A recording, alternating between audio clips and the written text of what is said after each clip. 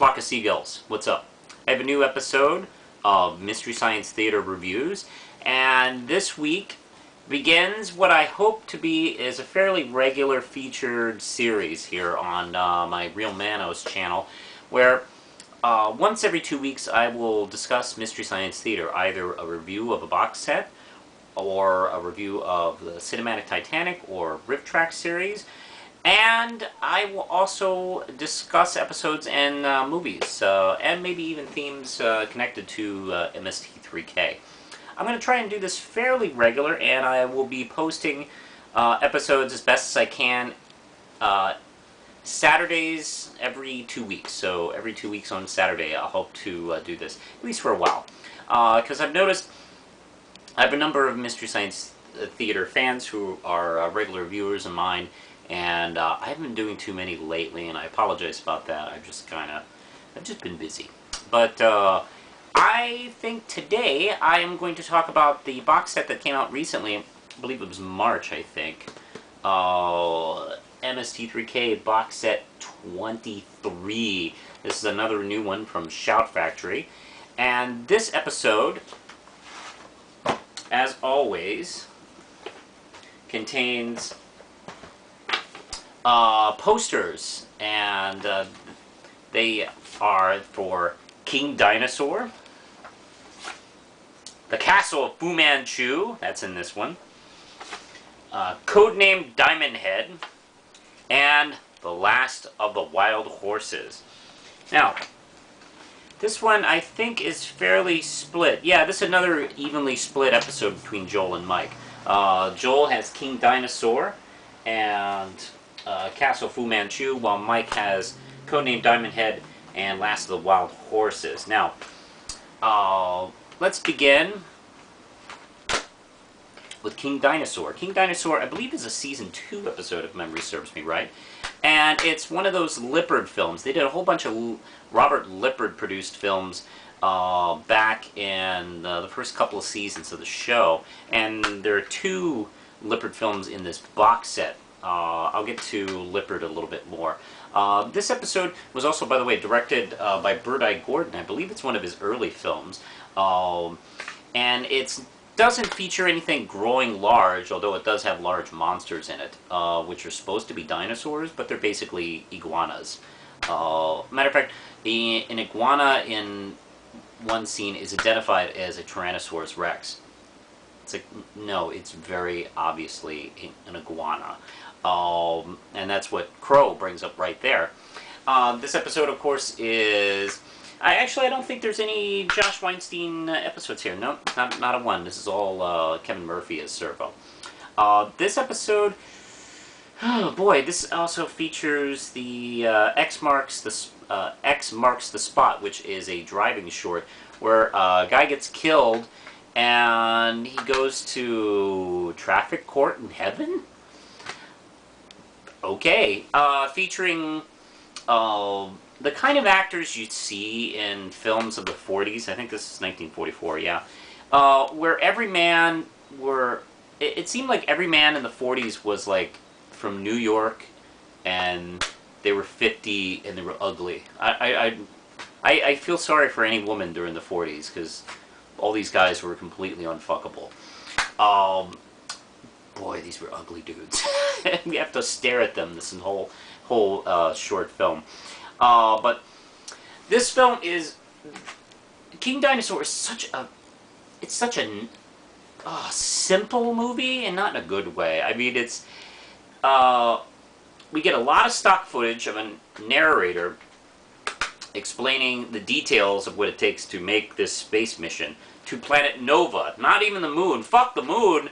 We're going to Planet Nova, which I think was supposed to be that theory that was just popular in the science fiction films of like this era of, hey, what if there was a planet like going around the sun at the same time, just like Earth, we can't see it, and you know, hey, blah, blah, blah. Anyway, this is Planet Nova, and these 4 astronauts, 2 men, 2 women, go, and it's oddly progressive that 2 women are going on the first space mission ever. And then, on the other hand, they're treated like fucking babies all the rest of the film. And they're treated like kids, and the script doesn't really help. I mean, they act like kids. They scream like every fucking second in the movie, especially the blonde. Oh my god. I mean, they even see things that are on. They go to this planet, and it's kind of like a forest kind of planet or something like that. A lot like our planet. What do you know? And even when they see stuff that's on our planet, like snakes, they scream. It's like, dude, we have snakes! And it's weird. It's very inconsistent. There's like snakes and lemurs. Actually, not lemurs, but I can't remember the name of that kind of creature. Sloths. But there's also gigantic bees and dinosaurs. So it's like all over the map.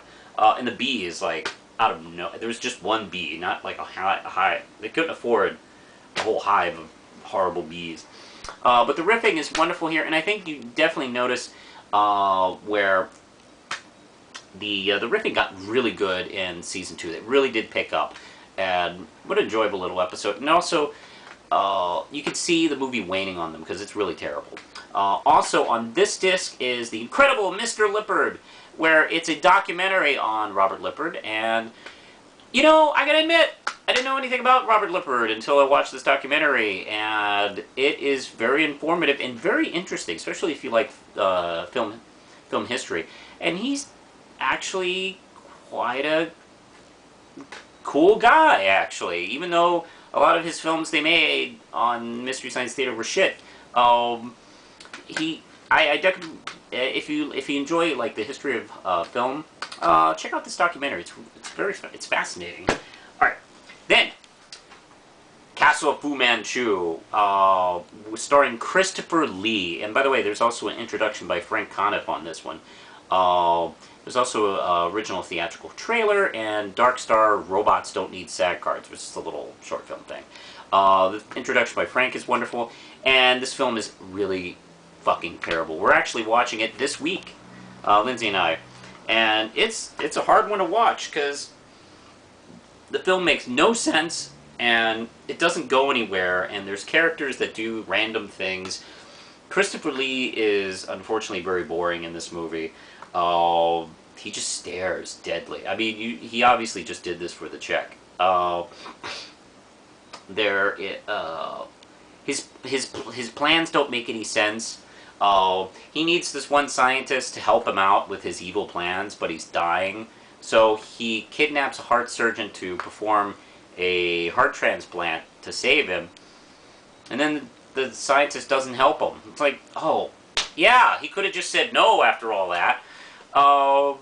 Oh my god, what a terrible film. It also uses stock footage. There's some dubbing in the movie or something like that. The audio doesn't seem right. The lighting is terrible. Now, the thing is, with the episode, to be fair, maybe they got a bad print, but the film is dark anyway. So when the print got bad, it just really maximized how bad the lighting was. You should never complain about lighting with a movie. The lighting should be one of those things that you don't even notice.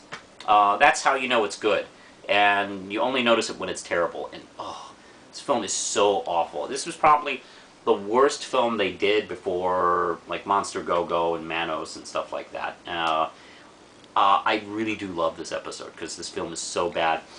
And it really does wane on... Like, during the host segments, what's funny is Joel, Tom, and Crow, like, break down several times. I mean, it's very funny. And Forrester and Frank nearly figure out that maybe this is the episode, this is the movie that they need to conquer the world. But Joel, of course, does it again and, beats them at their own game. Love this episode a lot. Now, let's go to Codename Diamond Head. Also has Life After MST3K with Kevin Murphy, and a short documentary on Quinn Martin, who was a big TV producer of the 50s, 60s, 70s. Very influential guy. He produced just about everything during like 3 decades of TV. It was amazing. Anyway, this is a failed TV pilot for a series that was supposed to be a spy show that Quinn Martin was producing for CBS, and it's very boring. The characters walk back and forth and talk to each other, and it takes place in Hawaii, but there's not one decent shot of Hawaii in the movie. It's deadly dull. It stars Roy Dennis, Frances Nguyen, who is a character actress who did a lot of TV stuff. She's probably best known for being on St. Elsewhere. I like that actress. And I'm trying to think. There's somebody else. Lovejoy. Who's that actor who plays Lovejoy? And he's also in the Snow White movie. I don't remember his real name. Lovejoy. Lovejoy, yeah. The guy from like that HBO cursing cowboy show. Shit, I can't remember his name. He's great he's actually great in this. The acting is pretty good for the most part in this movie. It's just so ordinary. It's something you expect to see on CBS in the early 70s. It's very boring. But this is the kind of thing they grew up with, so, oh my god, they were all prepared to make fun of every kind of cliche, and, oh boy, Mike and the Bots are just merciless with this one, and just wonderful. I enjoyed this one a lot. This may be my favorite out of the batch. And Last of the Wild Horses. Once again, we're talking about Lippard, and it doesn't say his name on the box set. Oh. Yeah, otherwise I would have said it. Anyway, this is a crappy 1940s Western. It's one of the few movies Robert Lippard actually directed, so he had a kind of a personal stake in the thing. It's kind of, I don't know, it's kind of a crime caper thing with as a Western. And this guy named Duke, I don't know any of the names. Oh, Mary Beth Hughes is in this. This is the only star in the movie. And this is a guy named Duke. He was going to rob a stagecoach, but he saw some other guys going to rob it, and he beats him up or something like that. And then he gets in trouble with their boss, and he's owner of this ranch that's getting in trouble for stealing horses, maybe. But the guy in charge of the ranch is in charge. It's his second in command, and he's double-crossing him and killing him and framing Duke. And are you bored yet? That's kind of the movie.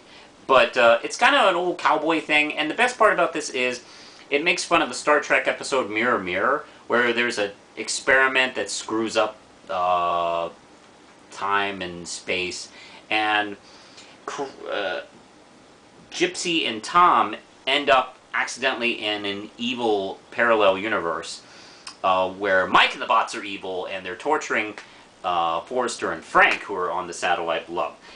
Meanwhile, their counterparts are in the regular universe. And the first 20 minutes of the episode, we watch Forrester and Frank, good Forrester and Frank, riff on this movie. And my only complaint is they didn't let that go throughout the whole episode. I think it would have been maybe more fun if we had spent the whole time in the evil universe and we watched Frank and Forrester, and they are even on the opposite side of the screen.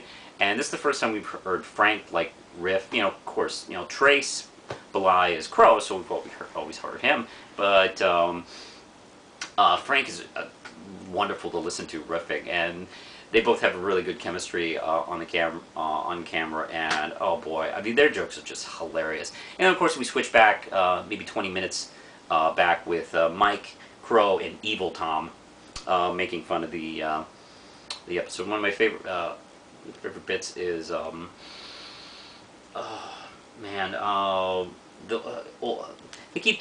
they keep referring to this Time Life book series that ran like through the 80s and 90s of the Old West, and they just kept referring to that any kind of random moment they would refer to that. This is a very funny episode too. This is, I think, season 6, season 5 or I think this is season 6, which they were like riffing machines at this point, so what a great episode. This is a terrific box set, actually. I have no complaints. Usually with some box sets, there's like one episode that's not as good. All 4 of these are just absolutely wonderful. I guess my personal favorite is probably Codename Diamond Head. But, I mean, King Dinosaur, Castle of Fu Manchu, Last of the Wild Horses, they're all just wonderful. Go out and get this. Push the button, let's see.